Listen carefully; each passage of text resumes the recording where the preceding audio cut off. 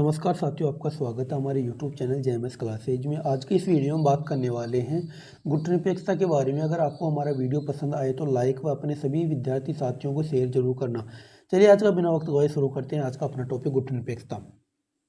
साथियों, गुटनिरपेक्षता के बारे में हम आज इस टॉपिक के अंदर चर्चा करने वाले हैं, उसके बारे में हम बताते हैं आपको। गुटनिरपेक्षता के बारे में हम बताएंगे आपको कि गुटनिरपेक्षता का अर्थ क्या होता है। गुटनिरपेक्षता का अर्थ क्या होता है?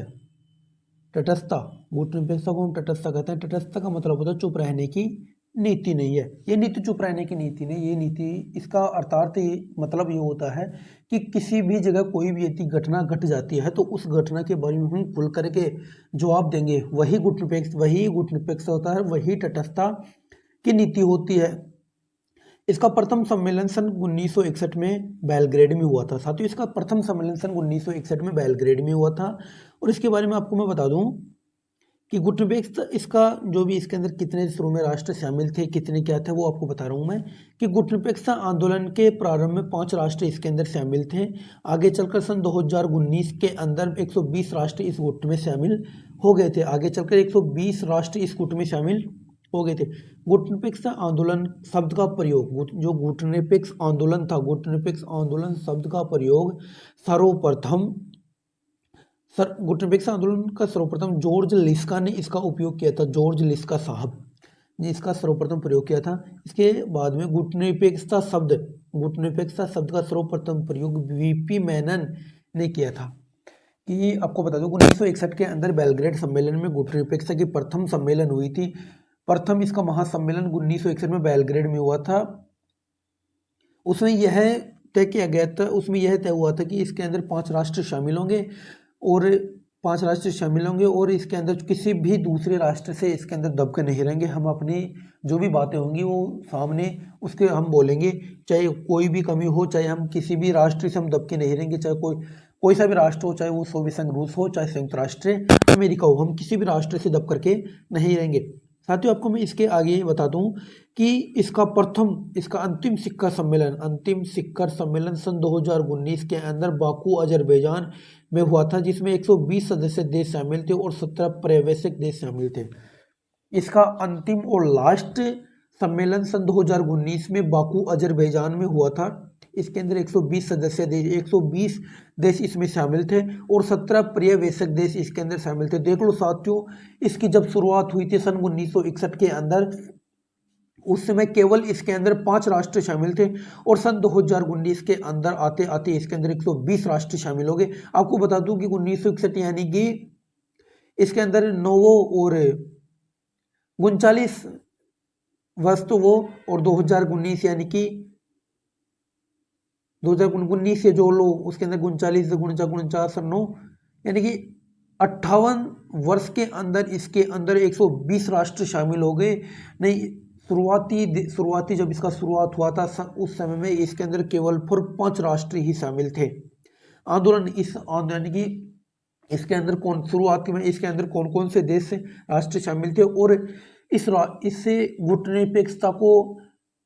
गुटनिरपेक्षता को यानी कि पूरे विश्व के अंदर लाने के लिए इस गुट को किसने लाया और इसका जनक कौन था, उसके बारे में मैं आपको बता दूं। गुटनिरपेक्षता आंदोलन के जनक थे, इसके आंदोलन के जनक 5 देशों के नेताओं ने इसको बनाया था। इसके जनक 5 देश के नेता थे। उसके बारे में बताता हूँ आगे। आपको बताता हूँ कि पंडित जवाहरलाल नेहरू जो भारत के प्रथम प्रधानमंत्री थे, उन्होंने गुटनिरपेक्षता आंदोलन को पूरे विश्व में प्रचंड करने के लिए, और इन 5 राष्ट्रों के अंदर एक भारत भी राष्ट्र था, और इन 5 राष्ट्र के नेताओं के अंदर भारत के प्रथम प्रधानमंत्री पंडित जवाहरलाल नेहरू जी थे, जिन्होंने इस गुटनिरपेक्षता आंदोलन को स्थापना की और इसके बारे में जो भी कुछ बातें थी वो बताई। इसका दूसरा नेता था जोसेफ ब्राज टिटो, जो युगोस्लाविया के शासक थे।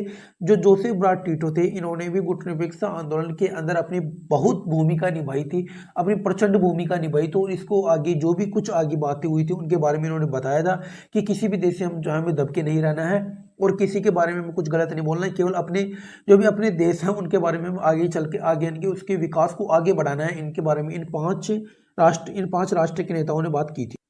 साथियों इन 5 राष्ट्रों के अंदर इसका तीसरा जो मेन नेता था, तीसरा नेता था गमाल अब्दुल नासिर साहब, जो मिस्र राष्ट्र के शासक थे, गमाल अब्दुल नासिर, जिन्होंने गुटनिरपेक्षता आंदोलन के गुटनिरपेक्षता आंदोलन के अंदर उन्होंने भूमिका निभाई थी। उनके ये मिस्र के शासक थे। इसके अंदर चौथा जो बता दूं मैं आपको, सुकर्नो साहब, सुकर्नो इंडोनेशिया के प्रथम राष्ट्रपति थे, सुकर्नो इंडोनेशिया के प्रथम राष्ट्रपति थे। इन्होंने भी गुटनिरपेक्षता की स्थापना करने के लिए अपनी भूमिका निभाई थी। और अंतिम और लास्ट इसका शासक था वामे एनक्रुमो, जो घाना के प्रथम प्रधानमंत्री थे। इन्होंने भी गुटनिरपेक्षता आंदोलन को स्थापना करने के लिए इन्होंने अपनी भूमिका निभाई थी। और इसके आगे हम चर्चा करते हैं बेलग्रेड सम्मेलन की भूमिका। जो बेलग्रेड सम्मेलन था, जिसके अंदर प्रथम ये बेलग्रेड सम्मेलन के अंदर गुटनिरपेक्षता की प्रथम सम्मेलन हुई थी, प्रथम उसके अंदर स्थापना हुई थी, उसके बारे में बेलग्रेड सम्मेलन के अंदर बताई गई है। उसको मैं आपको बताता हूँ कि बेलग्रेड का प्रथम सम्मेलन सन 1961 में हुआ था। सम्मेलन में केवल 5 राष्ट्र ने भाग लेकर 3 उद्देश्य निश्चित किए थे। सम्मेलन के अंदर 5 राष्ट्रों ने भाग लिए थे। उनके बारे में आपको पहले ही बता चुका हूँ। और उन 5 राष्ट्र के नेताओं के नाम आपको वापस बता रहा हूँ। प्रथम थे पंडित जवाहरलाल नेहरू जी, जो भारत के प्रथम प्रधानमंत्री थे।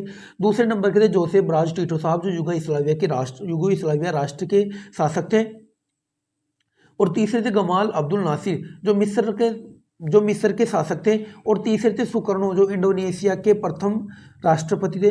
और पांचवा और लास्ट अंतिम वामे एनक्रुमा, जो घाना के प्रथम प्रधानमंत्री थे। ये 5 नेताओं ने मिलकर के गुटनिरपेक्षता आंदोलन या गुटनिरपेक्षता की स्थापना की। और इनके बारे में बताया क्या है और क्या नहीं, आगे इनके बारे में आपको मैं बताता हूँ। इनके बारे में चर्चा करते हैं आगे, कि इनका प्रथम यानी कि बता रहे हैं कि 5 राष्ट्रों ने भाग लेकर 3 उद्देश्य निश्चित किए। इसका प्रथम उद्देश्य था सहयोगी 5 राष्ट्र एक दूसरे राष्ट्र को सहयोग करेंगे। ये 5 राष्ट्र मिलकर के एक दूसरे राष्ट्र के बारे में सहयोग करेंगे कि किस राष्ट्र की हमें मदद करना है, किस राष्ट्र की हमें मदद नहीं करना है, उनके बारे में हमें क्या करना है और क्या नहीं करना है। इन 5 राष्ट्रों ने मिलकर के उद्देश्य निश्चित किए। इसका प्रथम उद्देश्य है कि सहयोगी 5 राष्ट्र एक दूसरे राष्ट्र का सहयोग करेंगे। इसका दूसरा था कि शीतयुद्ध के दायरे पर नजर रखेंगे।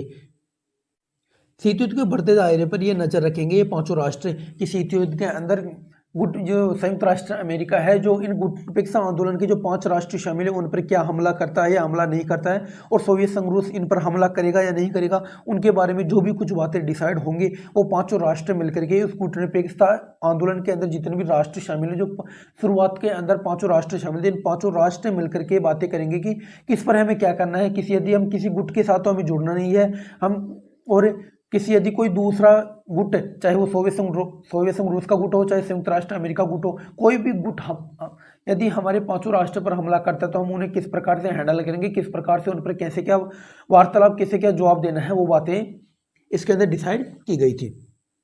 इसका तीसरा था कि सभी 5 राष्ट्र बिना भेदभाव के आर्थिक, सामाजिक, सांस्कृतिक विकास कर सकेंगे। यानी कि इसमें है कि सभी 5 राष्ट्र बिना भेदभाव के किसी से भी ये नहीं करना कि उस राष्ट्र के पास तो ये ज़्यादा है, उस राष्ट्र के पास से यानी कि बात बताई गई कि उस राष्ट्र के पास तो यानी कि भारत के पास पैसे ज़्यादा है और मिस्र के पास पैसे कम है, उसके पास सेना ज़्यादा है, उसके पास सेना कम है। ऐसे किसी भी चीज़ का बिना भेदभाव के, बिना किसी यानी कि कोई सी भी सांस्कृतिक, चाहे संस्कृति के अंदर जो कैसा भी कुछ भी हो, किसी पर भी बिना भेदभाव के, चाहे वो सामाजिक स्थिति का हो, चाहे वो आर्थिक स्थिति का हो, चाहे वो सांस्कृतिक स्थिति का हो, किसी पर भी बिना भेदभाव के हमें 5 राष्ट्र का साथ देना है और 5 राष्ट्र के अंदर हमें विकास करना है। ये बातें डिसाइड की गई थी, गुटनिरपेक्षता आंदोलन के उद्देश्य थे और उनमें यह बात शामिल थी। इसके अंदर साथियों आपको बताता हूँ कि इसके अंदर यह भी बताया गया था कि जितने भी सदस्य राष्ट्र हैं वो गुटनिरपेक्षता को संतुलन में बनाए रखेंगे, यानी कि किसी को भी पुनर्वास की समस्या को मिटाएंगे, अपना अलग से महत्व बनाएंगे। दोनों ही महाशक्ति यानी कि जो दोनों महाशक्ति थी, कौन सी, एक तो संयुक्त राष्ट्र अमेरिका और सोवियत संघ रूस, दोनों महाशक्तियों के बीच में तटस्थ रहकर संतुलन को बनाए रखेंगे। यानी कि इनके अंदर एक चीज़ और डिसाइड की गई थी कि हमें किसी भी प्रकार से कैसे भी कुछ भी कर करके जो ये शीतयुद्ध चल रहा है, जो ये दोनों महाशक्ति आपस में लड़ रही हैं, एक अमेरिका और रूस, इन दोनों को कैसे भी करके बंद करना है और इस विश्व के अंदर जो तीसरा परमाणु युद्ध हो सकता है, उसकी संभावना थी परमाणु युद्ध या तीसरे विश्व युद्ध, उसको हमें कैसे भी करके बचाना है, उसके बारे में ये गुटनिरपेक्षता के बारे में वार्तालाप की गई थी। और दोनों ही गुटों की मदद से राष्ट्रीय हित को साधना, यानी कि हम ऐसे नहीं करेंगे कि एक गुट को तो साथ दे देंगे, एक गुट का साथ नहीं देंगे। हम यदि साथ देंगे तो दोनों गुटों का साथ देंगे, किसी से भी भेदभाव नहीं करेंगे, चाहे कुछ भी हो, चाहे हमें कोई भी अपना साथ कुछ भी हमें चाहे अपना साथ देवे, हम साथ देंगे तो दोनों गुटों का एक साथ देंगे। इसके अंदर चर्चा करते हैं हम आगे। सूत्रों के अनुसार या उसी समय जब सन 2019 के अंदर सम्मेलन हुआ था, सन 2019 के अंदर अजरबैजान में सम्मेलन हुआ था, 18वां सम्मेलन हुआ था उस टाइम में, उसी समय तो घोषणा हुई थी। और मीडिया के माध्यम से सूत्रों के अनुसार हमें पता चलता है कि 19वां शिखर सम्मेलन, 18वां शिखर सम्मेलन सन 2019 में अजरबैजान में हो चुका था। इसका अर्थात यानी कि आगे जो 19वां शिखर सम्मेलन है, जो वो 19वां शिखर सम्मेलन सन 2024 के अंदर जनवरी में कंपाला युगाड़ा में होने वाला है। कंपाला युगाड़ा में 19वां शिखर सम्मेलन सन 2024 के अंदर जनवरी 1 में यह शिखर सम्मेलन होगा। यह बात हमें या तो किसी भी लेक्चरर के माध्यम से पता चले हो या कैसे भी पता चले हो। साथियों, आपको बताता हूँ मैं कि सन 2024 के अंदर 19वां शिखर सम्मेलन होगा। चलो हम आज का टॉपिक यहीं पे समाप्त करते हैं। यदि आपको हमारा टॉपिक अच्छा लगा हो तो हमें लाइक कमेंट, इस वीडियो को लाइक कमेंट शेयर जरूर करना और हमें कमेंट करके बताना कि हमारी वीडियो में कैसी क्या कमी है और हम आगे किस प्रकार से वीडियो बनाएं और किस टॉपिक पर वीडियो। हाँ, जरूर आपको बता रहा हूँ मैं कि आप ये जरूर बताना है कि हम अगला वीडियो बनाएं जो किस टॉपिक पर बनाएं, आपके संबंधी कौन सा टॉपिक हो, आपके हित के अनुसार कौन सा टॉपिक हो, वो टॉपिक हमें बताइएगा। आपसे हमारी यही अनुरोध है और हमें अपना साथ और हमें आपका सपोर्ट चाहिए। आपका सपोर्ट के लिए हमें बहुत ज़रूरी है, आपका सपोर्ट हमारे लिए बहुत बेहतर है। चलो हम अगले वीडियो में आपसे मिलेंगे। राम राम।